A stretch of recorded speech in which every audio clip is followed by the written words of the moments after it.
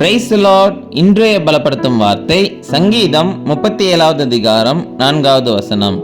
Psalm chapter 37 verse 4. கர்த்தரிடத்தில் மனமகிழ்ச்சியாயிரு, அவர் உன் இருதயத்தின் வேண்டுதல்களை உனக்கு அருள் செய்வார்.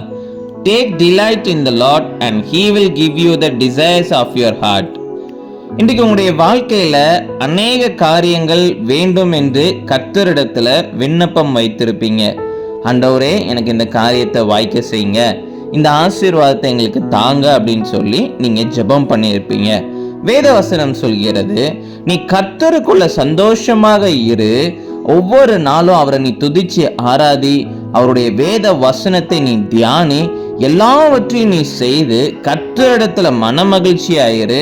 உன்னுடைய தேவைகளை குறித்து நீ கவலைப்பட வேண்டாம்.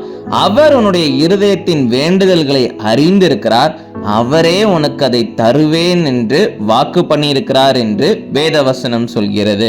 அப்போ இன்றைக்கு நீங்க கர்த்தரிடத்துல நீங்க என்ன செய்யணும்? மனமகிழ்ச்சியாக இருக்கணும், சந்தோஷமா இருக்கணும், சந்தோஷமா ஆராதிங்க, சந்தோஷமா கர்த்தரை தேடுங்க, கர்த்தருக்குள்ள சந்தோஷமாக இருங்க.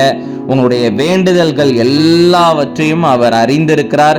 அவர் எல்லாவற்றுக்கும் பதில் தருவார், ஆசீர்வாதங்களை தருவார். நீங்க என்ன காரியங்கள் குறித்து ஜெபம் பண்ணீங்களோ நிச்சயம் அவைகளை உங்களுக்கு தந்து அவர் உங்களை ஆசீர்வதிப்பார்.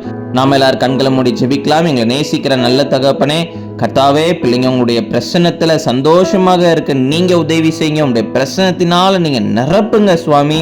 ஆண்டவரே சபா, பிள்ளைங்க கேட்டுக்கொண்ட ஒவ்வொரு காரியங்களையும் ஆண்டவரே நீங்க கொடுத்த ஆசீர்வதிங்க. நீங்க மாத்திரம் மகிமைப்படுங்க. இயேசுவின் மூலம் ஜெபிக்கிறேன் எங்கள் ஜீவனுள்ள நல்ல பிதாவே. ஆமேன், ஆமேன், ஆமேன்.